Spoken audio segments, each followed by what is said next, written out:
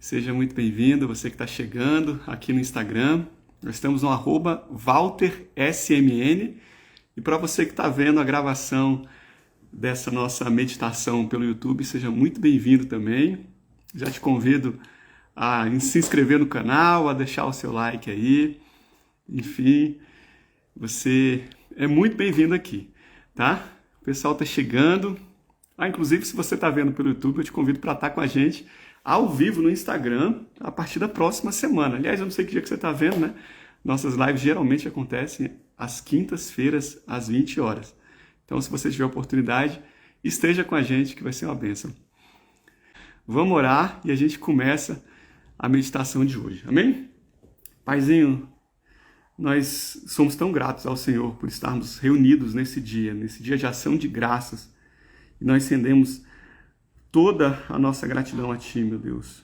Nós declaramos que não somos nada sem o Senhor. Tudo que nós temos, tudo que é bom, tudo que é perfeito, que é agradável, provém do Senhor, provém do nosso Deus eterno. E nós louvamos a Ti por cuidar tão bem de nós. Nós pedimos agora para que o Senhor venha e abra o nosso entendimento. Nós precisamos da revelação do Espírito Santo nessa noite, para que nós possamos receber os códigos, receber o alimento sólido para os dias que virão pela frente. O Senhor tem liberdade em nosso meio, é o que nós declaramos e nós pedimos e nós oramos em nome de Jesus.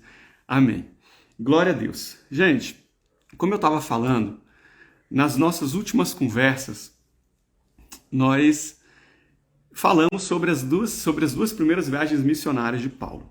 Nós começamos lá na primeira viagem missionária. Você deve lembrar que Paulo foi acompanhado de Barnabé e de João Marcos. Eles começaram passando pela ilha de Chipre, e lá de Chipre eles subiram para a região da Ásia. A Ásia, aliás, para a região da Galácia, a atual Turquia. Tem um mosquitinho voando aqui, está me incomodando, mas enfim, a atual região da Turquia.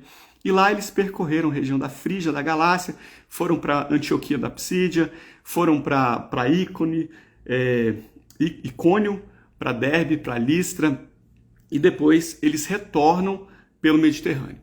Na segunda viagem missionária, Paulo vira para Barnabé e fala: olha, já tem um tempinho que a gente foi, vamos voltar para a gente poder fortalecer nossos irmãos nas cidades por onde passamos.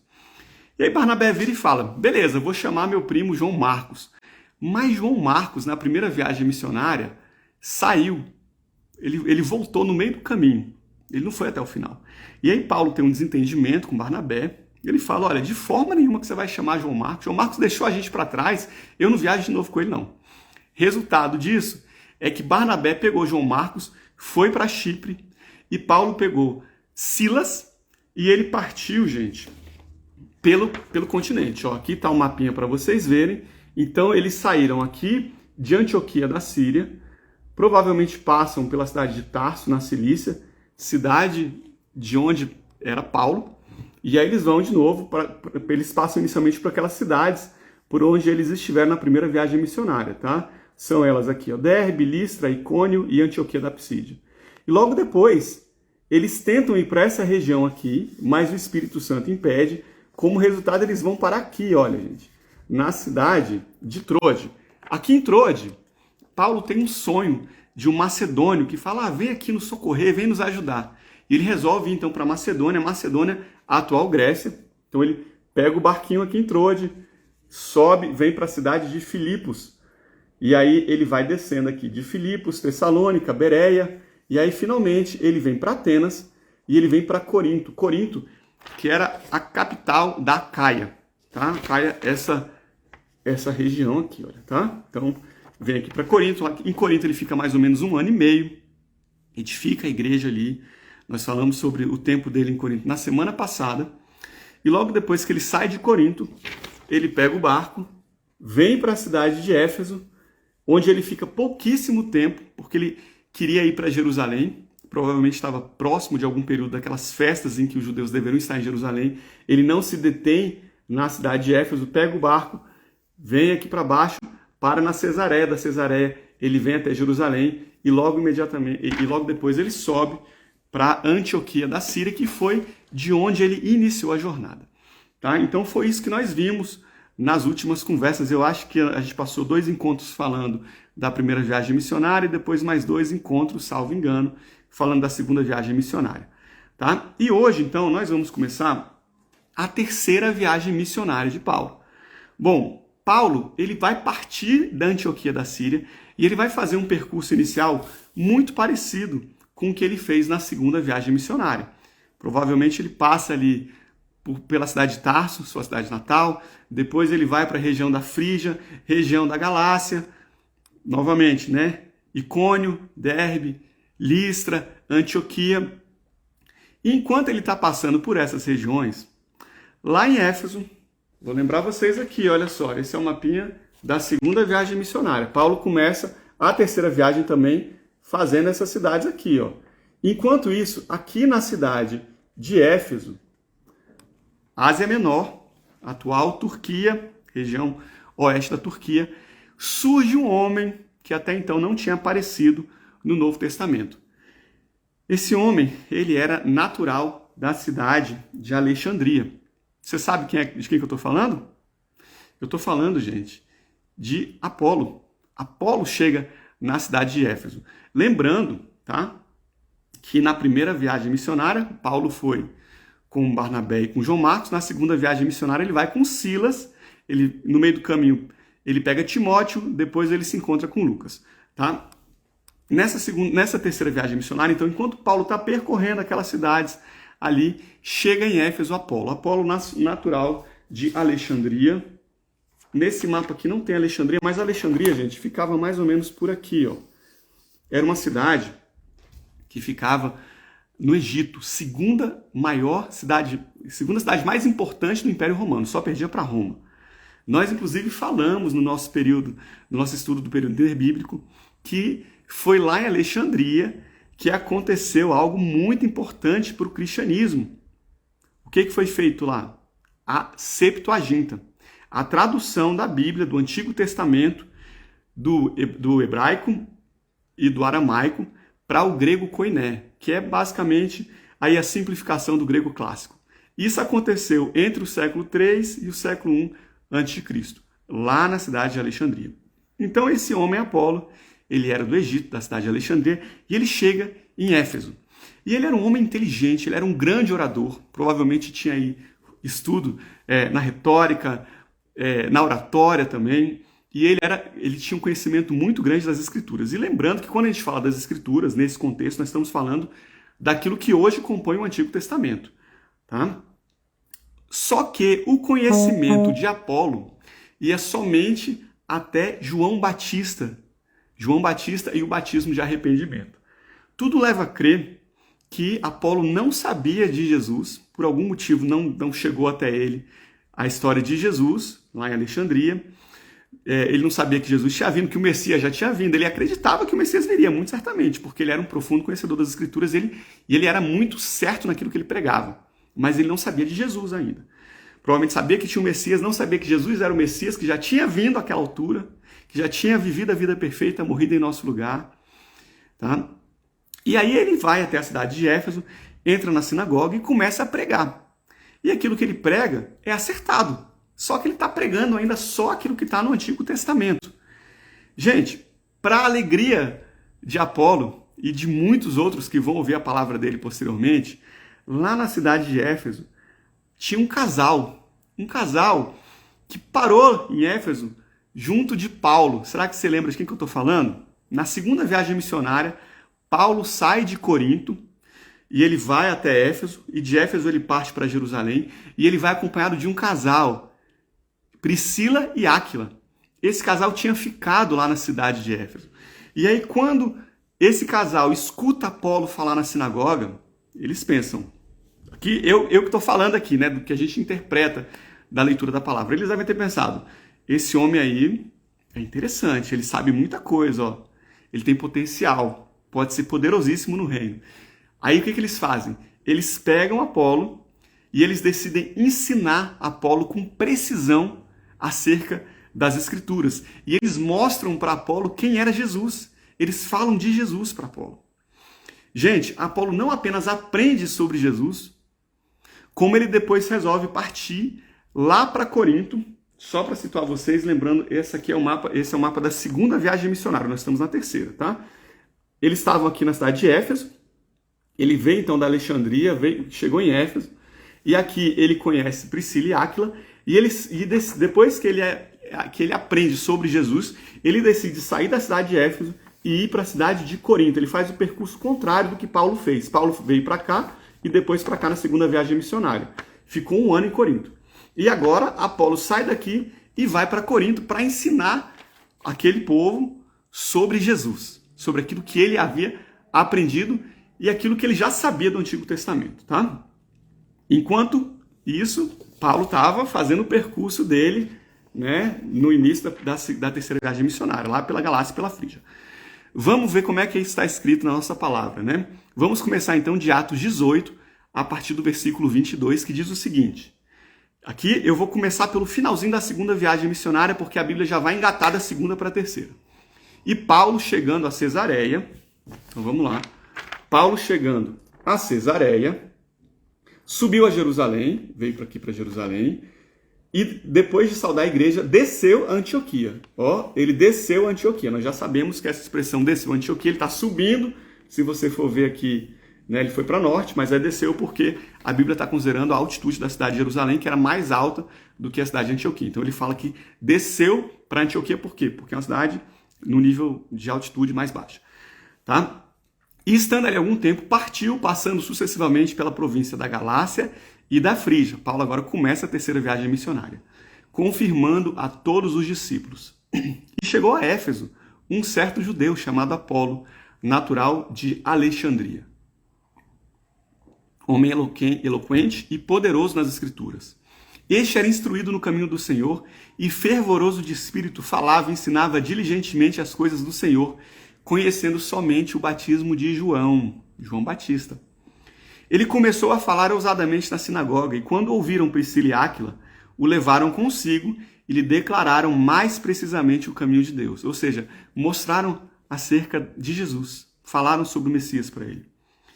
Querendo ele quem? Apolo, passar a Acaia, querendo ele então sair daqui e vir para Acaia, o animaram os irmãos e escreveram aos discípulos que o recebessem, o qual, tendo chegado, aproveitou muito aos que pela graça criam, porque com grande veemência convencia publicamente os judeus, mostrando pelas Escrituras que Jesus era o Cristo. Então, gente, Apolo agora vai lá para Acaia, para a cidade de Corinto, onde estava Paulo, e lá na cidade de Corinto, ele então ensina as pessoas sobre Jesus. Lembrando que Paulo saiu de lá de Corinto, ele deixou uma igreja já estruturada. Então Paulo vai e começa a trabalhar em cima, né, daquele alicerce que foi colocado inicialmente por Paulo.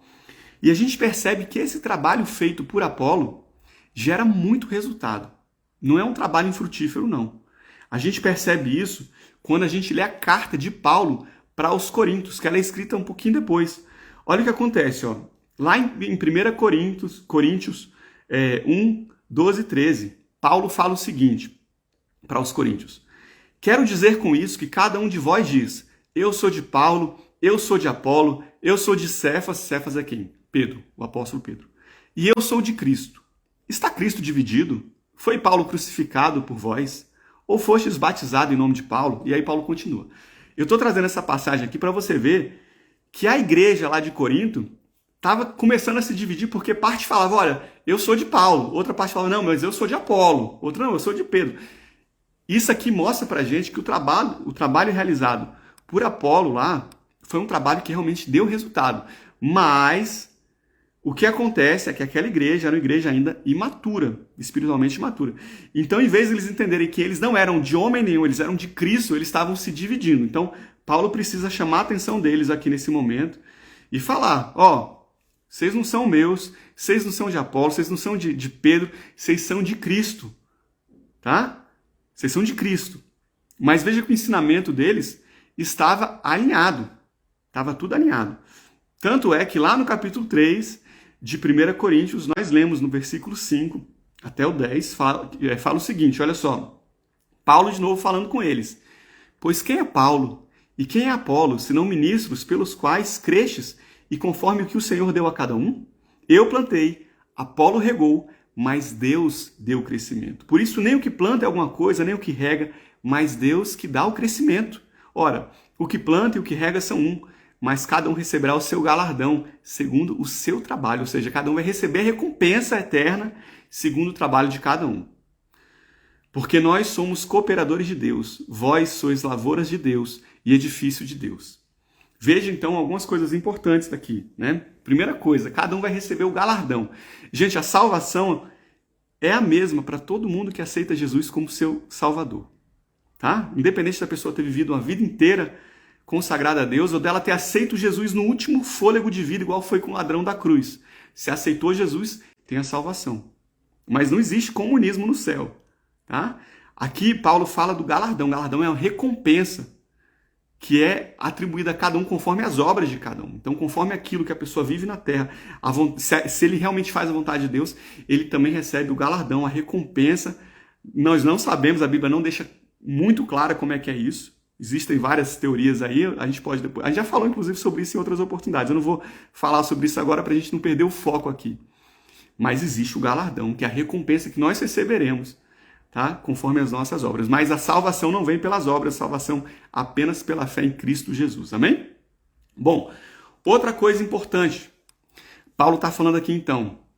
Olha, eu plantei, Apolo regou. Quando a gente lê então, quando você estiver lendo 1 Coríntios, que você lê o nome de Apolo, você já está sabendo que foi esse Apolo, que é citado inicialmente em Atos 19, que ele chega lá na cidade, Atos 18, desculpa, que ele chega lá na cidade de Éfeso, e depois ele vai lá para Corinto trabalhar, alicerçar aquilo que Paulo já tinha ensinado. Gente, o que é importante da gente extrair daqui também? Nós precisamos ter esse pensamento de não querer aparecer mais do que o outro. Nós temos de diminuir para que a luz do Senhor brilhe cada vez mais. Nós vemos muitas pessoas que estão preocupadas em engajamento, em seguidores, em likes, em ser aquele que tem mais seguidores aqui nas redes sociais, que tem a igreja maior. Na verdade, todos nós devemos entender que todos trabalhamos na mesma lavoura, somos trabalhadores da lavoura de Cristo. Então, não é o nome do homem que tem que ser exaltado, é o nome de Deus que tem que ser exaltado. Nós precisamos nos alegrar ao ver pessoas sendo levantadas com ousadia, com sabedoria para pregar o evangelho. Quando nós vemos pessoas sendo usadas poderosamente por Deus para que o nome de Deus seja engrandecido. E tem pessoas que ficam incomodadas, né, quando vê outra pessoa crescendo mais. Mas, gente, tudo que nós fazemos é para a honra e glória do Senhor. Então, Paulo está mostrando isso para essas pessoas. E é uma lição para a gente também, para os nossos dias.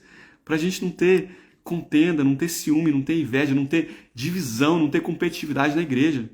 Se sua igreja ganhou um novo membro, se você é um líder, chegou outra pessoa que tem também espírito de liderança, que é uma pessoa fervorosa, glória a Deus por isso. Glória a Deus por isso. Em vez de dividir, se una para que o nome do Senhor seja engrandecido. Igual a gente fala aqui, tem muitos pregadores. Se você tiver a oportunidade de ouvir, escute, que são homens de Deus e com certeza a sua vida vai ser edificada. A gente cita bastante aqui, né? Aqui no Brasil a gente tem o Hernandes Dias Lopes, nós temos o Luciano Subirá, Augusto Nicodemos. Se você for de Brasília, vou te convidar para um dia estar presente lá na nossa igreja, a igreja liderada pelo apóstolo José Garrido, um homem muito fervoroso, temente a Deus, muito conhecedor, aprendo muito com o meu apóstolo. E se você entende inglês, você está bem aí em dia com o seu inglês, lá nos Estados Unidos tem o Sproul, tem o MacArthur, tem o John Piper, que também são homens muito usados por Deus, entre tantos outros. Estou tentando lembrar o nome de mais um lá, oh meu Deus, me escapou o nome dele, mas eu vou lembrar o nome dele e vou passar para vocês depois. Paul Washer é outro também, muito uma bênção, gente. Não quer dizer que não existam outros, tá? Tem vários que são homens de Deus. Mas esses, eu costumo ouvir bastante as pregações, são homens usados poderosamente. E, gente, você pode aprender com essas pessoas também. Pode aprender. Então, se você é líder, se você está crescendo no ministério, se alegre quando você vê outras pessoas crescendo. Se alegre quando você vê Deus usando outras pessoas também. Porque tudo que a gente faz tem que ser focado na salvação de almas. Tem muita gente que está indo para o inferno por não conhecer a verdade de Deus. E a nossa missão é essa, é pregar o evangelho para as pessoas. Não é aparecer, não é ter engajamento, não é ter a maior igreja de todas. Nós precisamos salvar vidas, aliás, nós não salvamos ninguém, né? Desculpa. Nós precisamos pregar o evangelho para que o Espírito Santo abra os olhos da pessoa para que vidas sejam salvas. Beleza? Bom, então, gente, nós vimos aqui o que acontece é que Apolo vai lá para Corinto, começa a pregar, a falar do Senhor em cima daquilo que Paulo estava falando, inclusive. E aí, enquanto isso, Paulo chega na cidade de Éfeso. Deixa agora eu mostrar um mapinha. Esse mapa está em inglês, mas dá para a gente entender. Esse aqui agora já é da terceira viagem missionária. Nós vemos aqui, Paulo sai de Antioquia, provavelmente passa por Tarso, depois ele vem para Derbe, Listra, Icônio, Antioquia, e daqui ele vem justamente para a cidade de Éfeso. Tá? É aqui que Paulo está. Ele ainda vai percorrer tudo isso, mas vamos com calma. Nós estamos nesse ponto aqui da terceira viagem missionária. Paulo chega lá em Éfeso. Éfeso, cidade muito importante, tá? Era a cidade mais populosa, da província mais populosa e mais próspera do Império Romano, que era a província da Ásia Menor. Ásia Menor, essa província aqui, atual Turquia, tá bom? E é aqui que Paulo chega. Também era uma cidade muito idólatra. Se você lembrar aí da carta, né, de Efésio, havia um templo naquela cidade. Você lembra para quem que era esse templo? Você lembra? Gente, esse templo foi considerado uma das 7 maravilhas do mundo antigo. Nós estamos falando aqui do templo de Diana. Diana, como os romanos chamavam, e Artemis, como os gregos chamavam. Então, tem o templo lá de Diana, e as pessoas daquela cidade veneravam esse ídolo, esse demônio. Como a palavra nos mostra, né? Que esses falsos ídolos não passam de demônios, né? Vamos ler então aqui agora o capítulo 19, o início do capítulo 19, para ver o que acontece quando Paulo chega ali. E sucedeu que enquanto Apolo estava em Corinto, Paulo, tendo passado por todas as regiões superiores está falando dessas regiões aqui, Paulo então chega até Éfeso, e achando ali alguns discípulos, disse-lhes: recebestes vós já o Espírito Santo quando crestes? E eles disseram: nós nem ainda ouvimos que haja o Espírito Santo. Perguntou Paulo então: em que sois batizados? E eles disseram: no batismo de João Batista, que pregava o batismo de arrependimento. Você viu isso, você deve saber isso lá do estudo do Evangelho.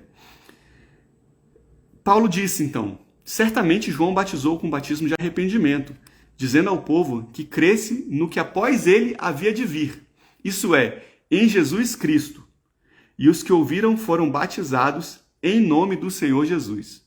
E impondo-lhe as mãos, veio sobre eles o Espírito Santo, e falavam línguas, e profetizavam, e eram ao todo uns 12 homens. Então vamos lá, gente. Paulo chega lá em Éfeso, ele se depara com esses 12 homens, aqui fala que eram 12 discípulos, certo?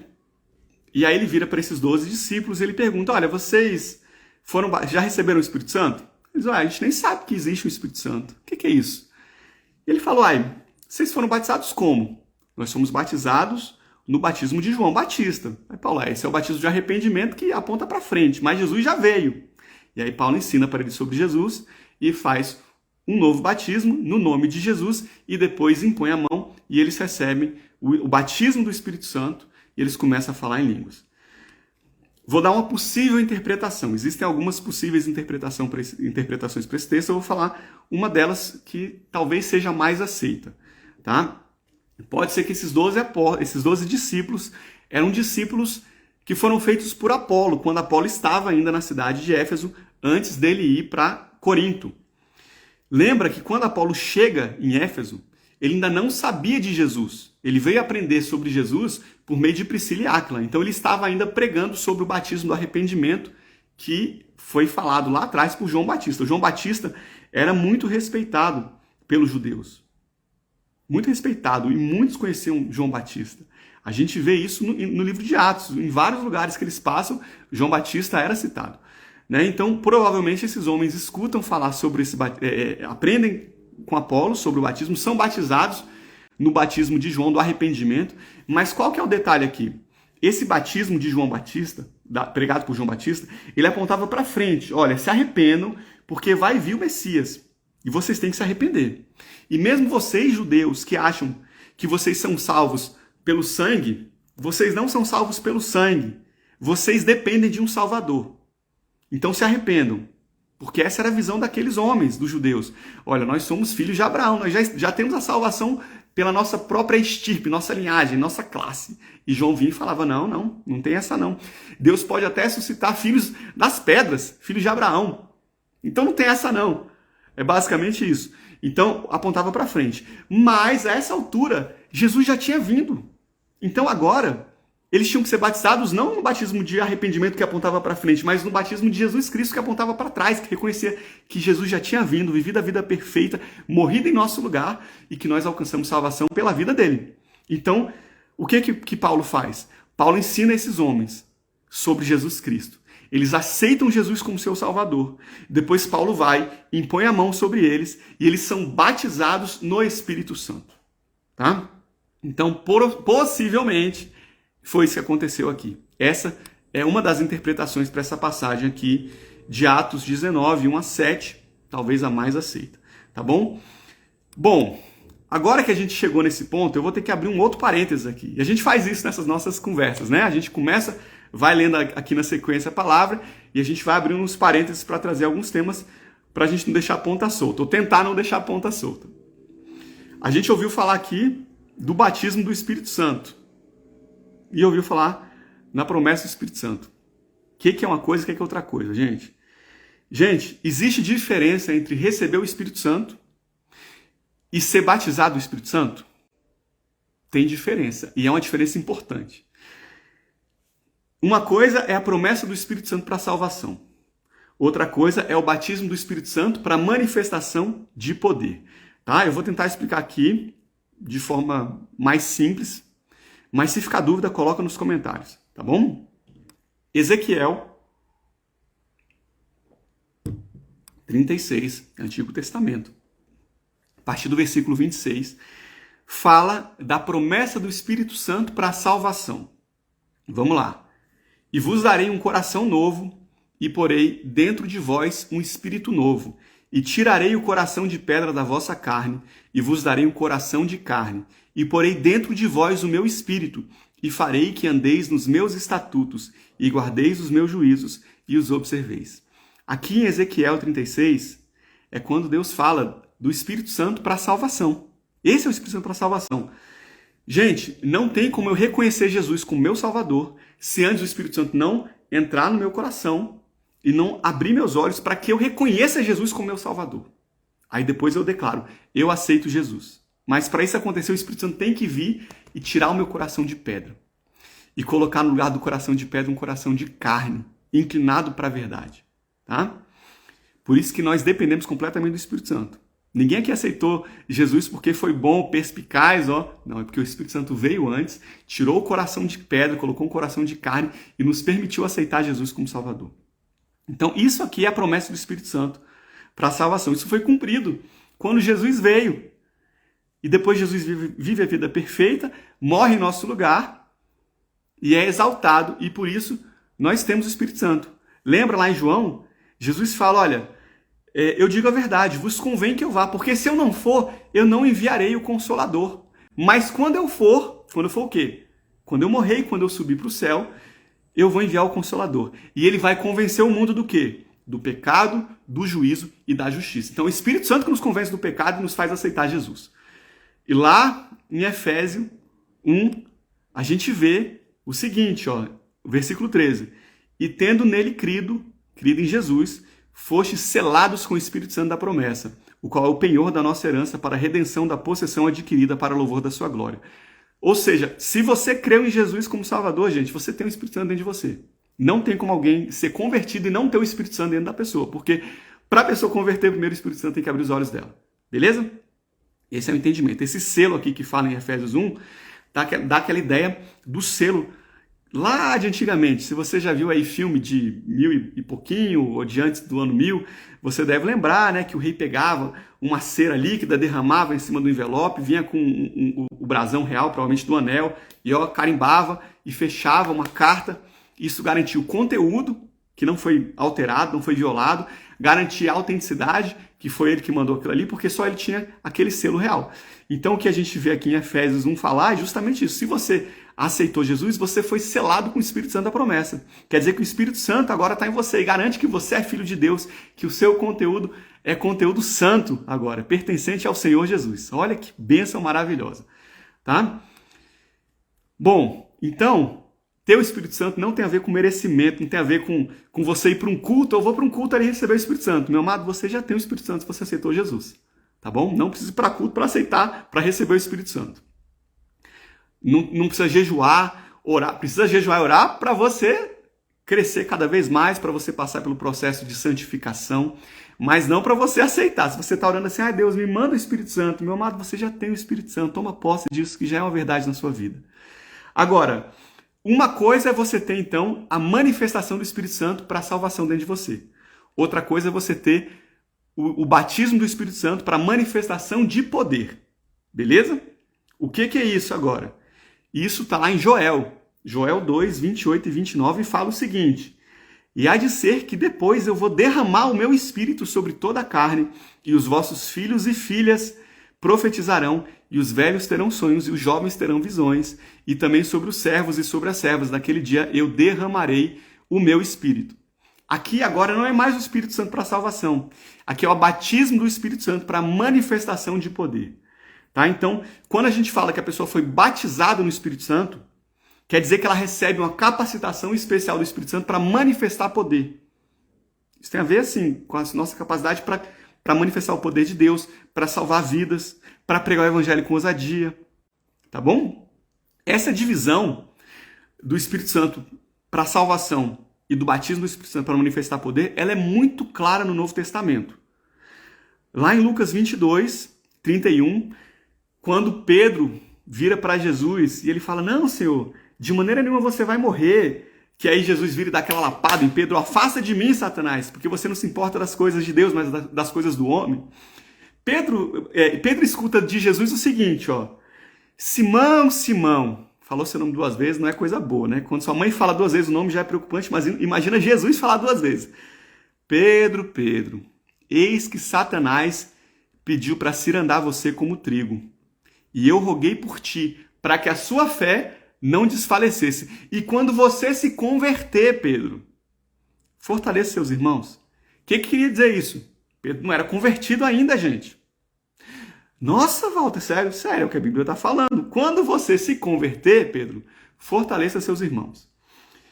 Aí, lá em João 20, depois que Jesus morre e ressuscita, Jesus assopra nos seus discípulos e ele fala, recebam o Espírito Santo. Isso está no versículo 22. Quando ele fala isso, os seus discípulos, os apóstolos, eles não profetizam, não falam em língua, eles não mandam fogo, não faz nada disso. Por quê? Porque ali não era o batismo, ali era o Espírito Santo para a salvação. Eles acabam recebendo o Espírito Santo dentro deles e o coração de pedra é removido e vem o coração de carne. Agora eles têm um novo entendimento. E eles passam a ver Jesus como o verdadeiro Messias, aquele que havia de vir e que morreu e que a salvação vem por meio deles. Tanto que você vê que depois disso, eles começam a pregar com toda ousadia. Aquilo que não aconteceu antes acontece depois. Olha a mudança de Pedro depois disso, associado com Pentecostes. E aí é onde eu queria chegar. Pentecostes, Atos 2. Em Atos 2, eles finalmente estão reunidos num lugar e 120 estão reunidos. E aí o Espírito Santo vem e batiza. Gente, aqueles homens já eram convertidos, eles já tinham o Espírito Santo dentro deles. Eles já eram salvos.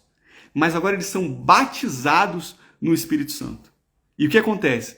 Começam a falar em línguas, começam a manifestar a glória de Deus. Você vê que depois disso Pedro começa a pregar com ousadia, ele começa a curar as pessoas. Então, a sombra dele cura as pessoas, inclusive lá no meio do livro de Atos. Então, gente, isso vem do batismo com o Espírito Santo. Tá? Então, essa é a diferença muito importante para a gente. O Espírito Santo para a salvação, se você aceitou Jesus como seu Salvador, você já tem o Espírito Santo dentro de você. Tá? Se você não fala em línguas, não profetiza, não tem visão, isso é porque falta o batismo do Espírito Santo, que é para manifestação de poder. Tá? São 2 coisas diferentes. Ficou claro, gente? Coloca nos comentários se ficou claro, porque essa diferenciação é uma diferenciação importante para a gente saber. Se tiver ficado claro, eu vou dar andamento aqui. Nós estamos, no capítulo 19 do livro de Atos, terceira viagem missionária de Paulo. Então, aqueles homens, quando eles aceitam Jesus como Salvador, eles já tinham o Espírito Santo dentro deles para salvação. Aí Paulo vem, impõe as mãos e agora eles são batizados no Espírito Santo para a manifestação de poder. O que acontece depois disso?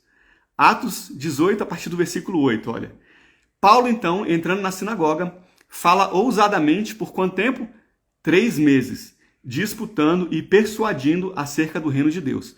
Gente, eu não lembro de nenhuma outra passagem no livro de Atos em que Paulo conseguiu pregar por tanto tempo na sinagoga, igual acontece agora na igreja de Éfeso, Mas ele fica ali por 3 meses. Se você parar para lembrar, quando Paulo passou por Éfeso, no finalzinho da segunda viagem missionária, ele prega na sinagoga e uma coisa que também nunca tinha acontecido aconteceu. Aqueles homens daquela cidade pediram para Paulo ficar lá e pregar mais. Só que Paulo estava com pressa, ele, não, gente, eu tenho que ir embora, mas se Deus assim permitir, eu volto para cá. E aí Paulo volta na terceira viagem missionária, pouquinho tempo depois. Mas, depois desses 3 meses pregando, o coração de alguns deles se endureceram. E aí, o que acontece, olha? Mas como alguns deles se endurecessem e não obedecessem, falando mal do caminho para a multidão, retirou-se deles Paulo e separou os discípulos, disputando todos os dias na escola de um certo tirano. E durou isso por espaço de 2 anos, de tal maneira que todos os que habitavam na Ásia, a Ásia menor, não a Ásia atual Ásia, tá? Ouviram a palavra do Senhor Jesus, assim judeus como gregos. Então, gente, Paulo passa 3 meses pregando na sinagoga, o pessoal ouvia, era receptivo, mas aí alguns homens se levantam e começam a embarrear, a criar problema, e aí Paulo vira e ele fala assim, aqui até fala o seguinte, olha, que eles falavam mal do caminho. O que é o caminho? Eram os cristãos, eles eram chamados do caminho naquela época, né? Lembra que Jesus falou, eu sou o caminho, a verdade e a vida, ninguém vê o Pai a não ser por mim. Tá? Então aqueles homens que aceitavam Jesus, eles andavam de uma forma completamente diferente da que o mundo andava. Era muito marcado, não é igual hoje em dia não, gente. Hoje em dia, muitas vezes você está convivendo com alguém que é cristão e você só vai descobrir depois de muito tempo que a pessoa vira e fala, eu sou crente. Mas se a pessoa não falasse, você não tinha a menor ideia, porque quando você olha para a pessoa, você olha para o mundo, está tudo a mesma coisa. Mas esse não é o evangelho. O evangelho é um processo de santificação. E eu sei que quando a gente ouve essa palavra, santificação, santidade, quando Deus fala, sede santo porque eu sou santo e sem santidade ninguém vai ver Deus, a gente associa muito à pureza moral. Mas quando você vai para o original, o principal significado da palavra santidade é separação. Separação. Tá? Então, tem a ideia de pureza moral, mas tem principalmente a ideia de separação. Então, se você aceitou Jesus, se você é cristão, você tem o dever de se santificar, de se separar do mundo. E é por isso que aqueles homens eram chamados daqueles do caminho, porque eles se separavam do mundo, eles andavam por um caminho completamente diferente. E vem cá, outra coisa. Jesus falou que ele era um caminho? Não. Ele falou que ele era o caminho. O único caminho, gente. Quantas vezes a gente escuta de pessoas, alguns até bem intencionados, pessoas que estão enganadas, mas acham que estão certas, falar, não, olha, não interessa a fé que você tem. Qualquer pessoa pode alcançar a salvação, né? Todos os caminhos levam para o céu, desde que a pessoa tenha uma fé genuína, que ela seja boa. Mas, gente, a palavra não fala isso. Não é o que a palavra nos ensina.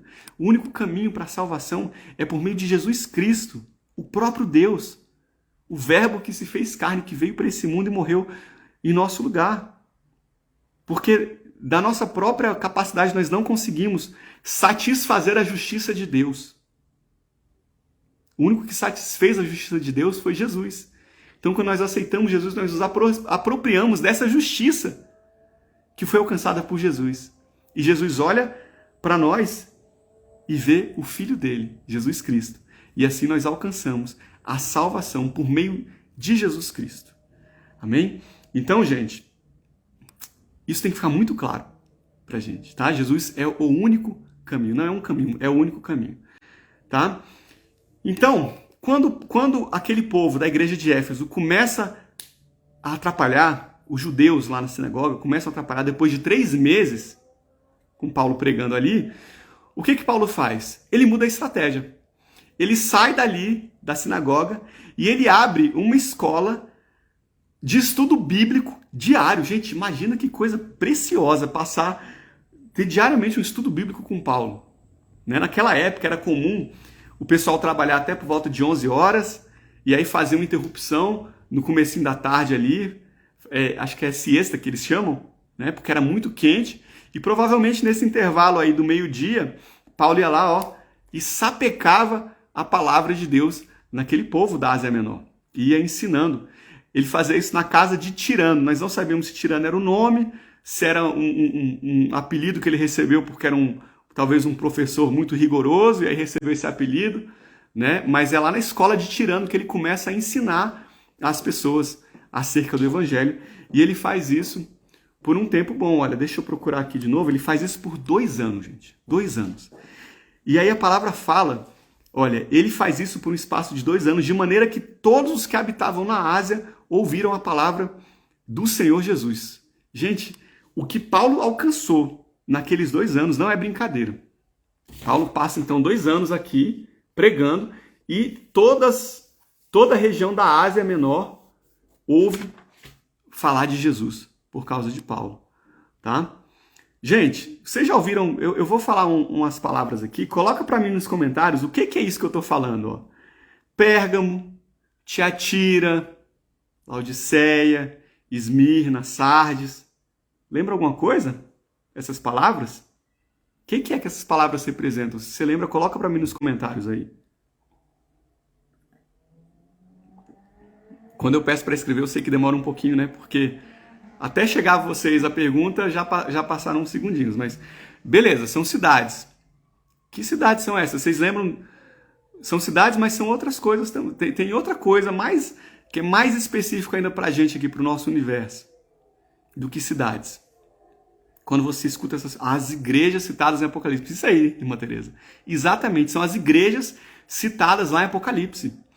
Agora eu pergunto para vocês, inclusive, Éfeso é citada também, né? É uma das igrejas. Mas tirando Éfeso, vocês lembram de Paulo ter passado por essas cidades? Na primeira viagem missionária, na segunda viagem missionária, ou na terceira? A gente ainda não falou sobre essa terceira viagem missionária. Estamos ainda no começo dela, mas eu já adianto que não falou na terceira. E não falou na segunda e nem na primeira. Mas são as igrejas que são destinatárias das cartas lá em Apocalipse, gente. Olha que interessante. Paulo, pelo menos nós não temos o relato de Paulo ter passado por essas cidades, mas ainda assim as igrejas são edificadas nessas cidades, e são igrejas importantes a ponto de receberem as cartas. Gente, todas essas igrejas se situam na Ásia Menor. Elas estão todas, ó, Éfeso está aqui, e elas estão todas nessa região. E muito provavelmente são fruto também do trabalho de Paulo nesses 2 anos que ele passou em Éfeso, pregando diariamente, fazendo esse discipulado, esse estudo bíblico diário. Outro exemplo aqui para vocês. Colosso.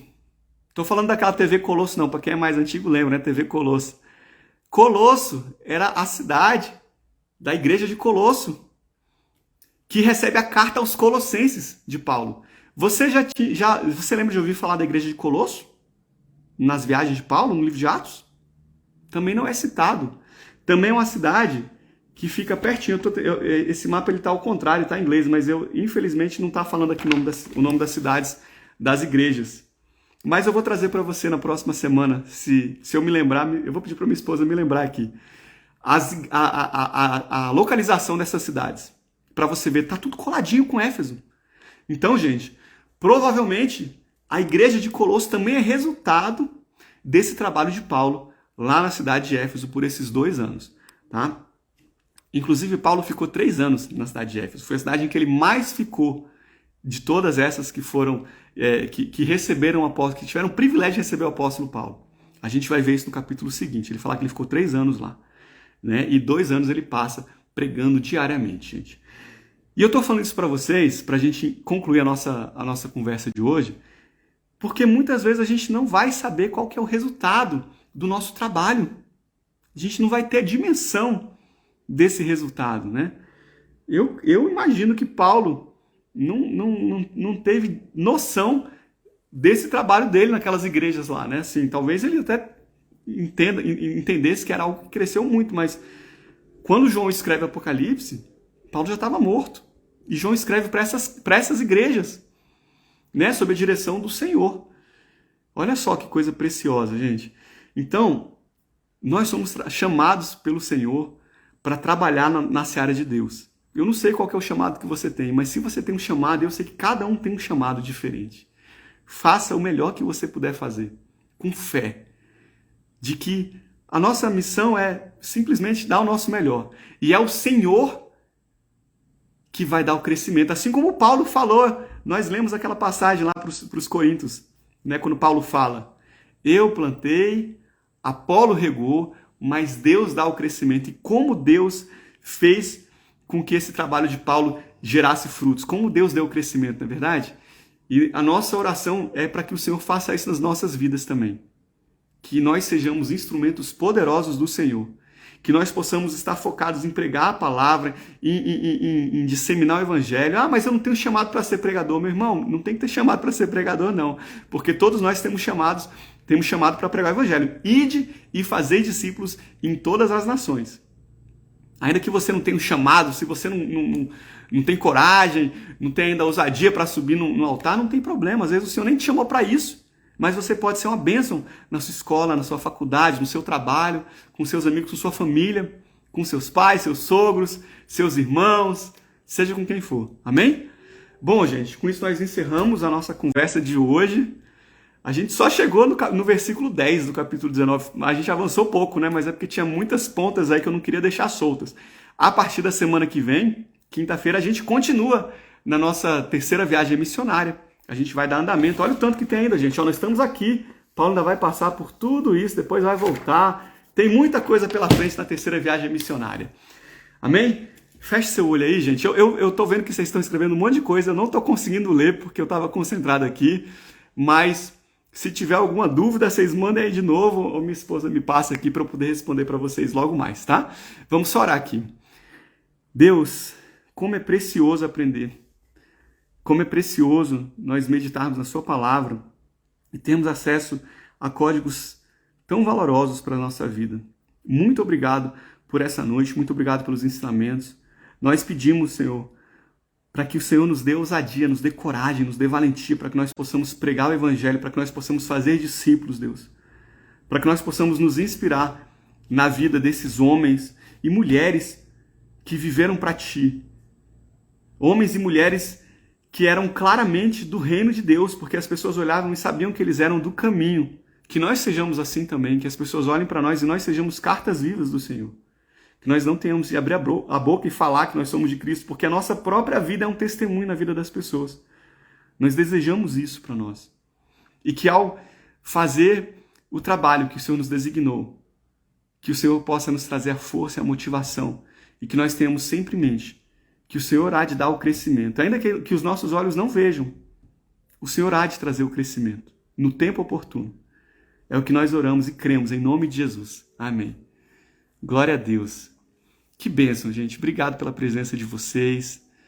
Eu estava com muita saudade de estar aqui com vocês. A gente ficou 3 semanas sem estar aqui. Foram semanas difíceis. Quem sabe. Talvez em outra oportunidade a gente converse sobre isso. Mas mesmo na luta, mesmo na dor, mesmo na tristeza, o Senhor é quem nos fortalece. O Senhor é bom o tempo todo, gente.